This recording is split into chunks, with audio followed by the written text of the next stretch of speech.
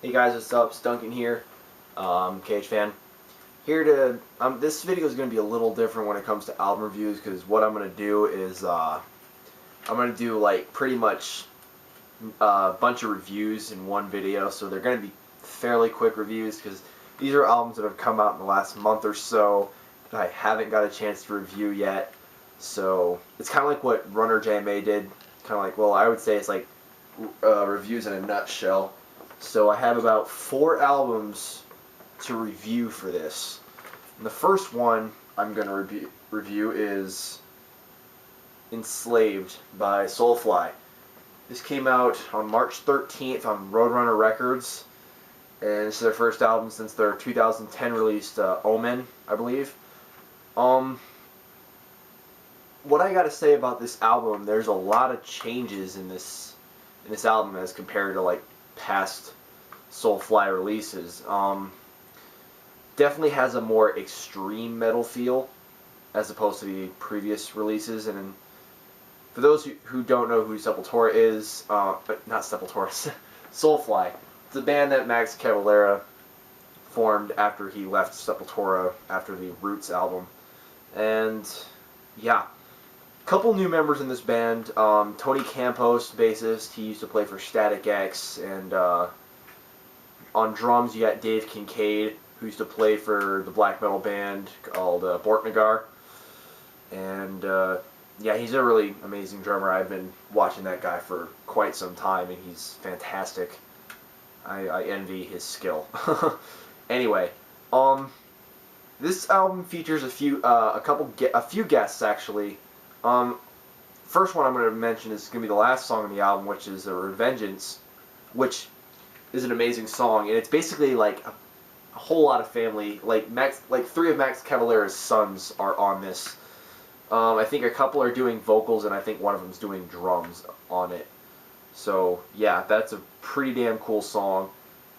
The album starts off with like a kind of like a 2-minute instrumental. Not really instrumental, but kind of like intro, with Max screaming, just basically yelling and saying some words and whatnot. It's a really good way to kick it off, and then it kicks right into World Scum, which just, to me, when I first heard it kind of reminded me a little bit of Rapture by Morbid Angel, the drum beat, that is. And this song is easily one of my favorite songs, even when I first heard it before the album came out. It features Travis Ryan of Cattle Decapitation, which was probably the best choice to have guest on this song. I mean, they originally were supposed to have Adam from Oceano on it, but I'm pretty much happy that he didn't, because Travis Ryan is like miles better. His vocals on that are just ridiculous. It starts off with the kick drums going ridiculously fast, and you hear the bass. I mean, the bass on this album is pretty damn audible. I mean, Tony Campos is a really awesome bass player. Another guest on the song Redemption of Man by God features Des Fafara of Double Driver and Cold Chamber. And I thought that was a really good one. Thought that was a really good collaboration between him and Max. I mean, on this album, really, Max, he sounds better. He sounds the best that he has in years, honestly. I mean, he's pretty much going back to his roots. Like, this is how he sounded this good back when he was in Sepultura. He's pretty much getting refreshed.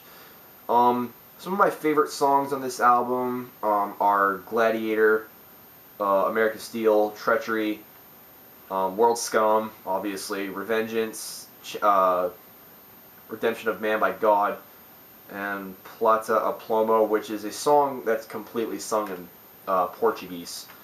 If I were to rate this album, I would give this a solid 8.5 out of 10. Very good album. If you're a fan of Soulfly, pick this up. You won't regret it. It's amazing. Next album I have is Equilbrium by God Forbid. Now, if you're not familiar with God Forbid, they're a metal band out of New Jersey. This came out March 27th, I want to say. March 27th via Victory Records. This is their first album on Victory Records. And this is also the first album without guitarist Dallas Coyle. Doc Coyle's still in the band, obviously. They have Matt Wickland of Himza. He joined the band not too long after Earth's Blood came out in 2009. This album took me completely by surprise. I mean, I was curious about this album. I mean, I've heard so many good things about this album. I was like, oh, what the hell? I'll buy it. So I did, and boom. This album completely rules. I mean, in my honest opinion, this is the best thing that this band has ever released. The intro, well, not really the intro, the first song on the album, Don't Tell Me What to Dream, it just starts off sounding a little soft, even though it's still aggressive in the background. I mean, you can tell by the music it's still aggressive, but then like once it starts kicking in, it just beats your face in throughout the entire album. The guitars, Matt Wickland and Doc Coyle, probably the best guitar playing I've heard off any God Forbid album by far. Bass is pretty audible. Corey Pierce's drum performance on this is mind-blowing, and the guy can only get better from here. And Byron Davis, the vocalist, his vocals are just as angry and as pissed off as ever. I mean, this guy, he's got some fucking pipes, I will say that. Yeah, some of my favorite songs on this one would have to be Don't Tell Me What to Dream, My Rebirth, Scraping the Walls, Conquer, Equilibrium, the title track, Overcome, This Is Who I Am, Move On, Awakening, and Where We Come From. And I think that's the song, but there's the video that they released for this album. I think it was from Where We Come From. It's basically a video of them, all of them, just having normal lives. I mean, people get the misconception that metal bands get a lot of money and live in big houses. That's not true at all. Maybe if you're Metallica or any of the other bigger metal bands from like the 70s and 80s, yeah, probably them, but not this band.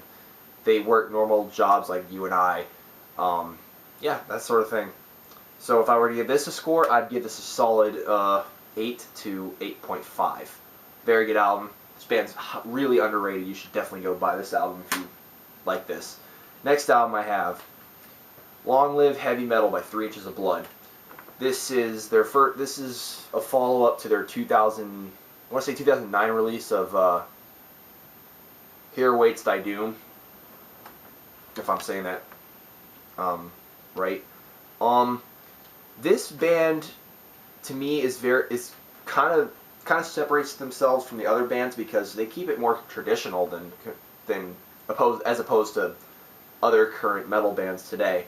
I mean, they basically have the melodicness of Iron Maiden and the heaviness of Judas Priest, so a mix of the two. So that's what I love because I'm a huge fan of both bands. What can I say? The guitar work on this is fantastic. Bass is audible. I don't know who played bass on this because they have I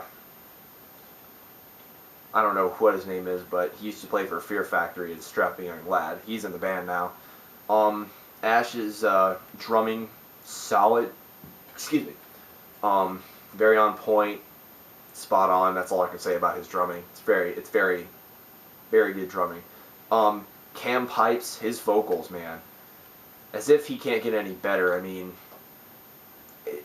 it still amazes me how he does the vocals that he does, the all falsetto Judas Priest type vocals that Rob Halford does.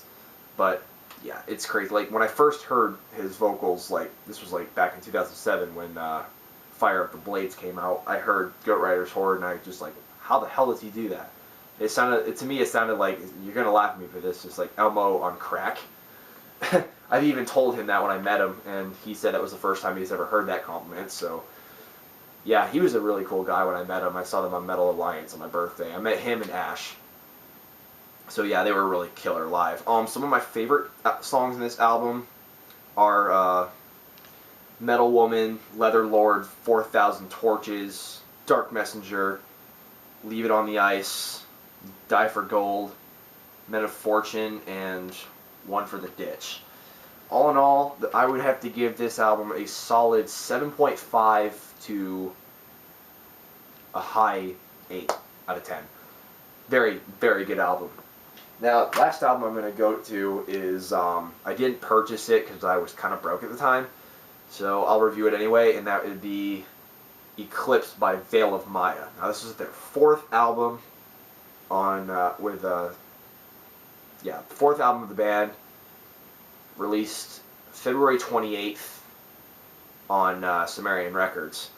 Now, this band keeps, instrumentally, they get better every time. When I got into them a couple years back when I heard Unbreakable, I was just like, wow. Anyway, this album, to me, is probably their best sounding album. I mean, they've really stepped up their game away from id. Like, id was a pretty decent album, but they really stepped it up on this one.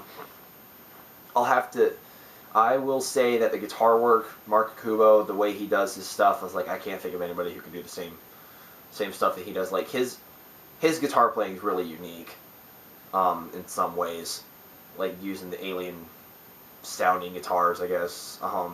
Denny's bass playing is very good on this album. I don't know why he plays a 7-string, honestly. Brandon's vocals are probably the best vocal work I've heard that guy do out of all the Veil of Maya albums.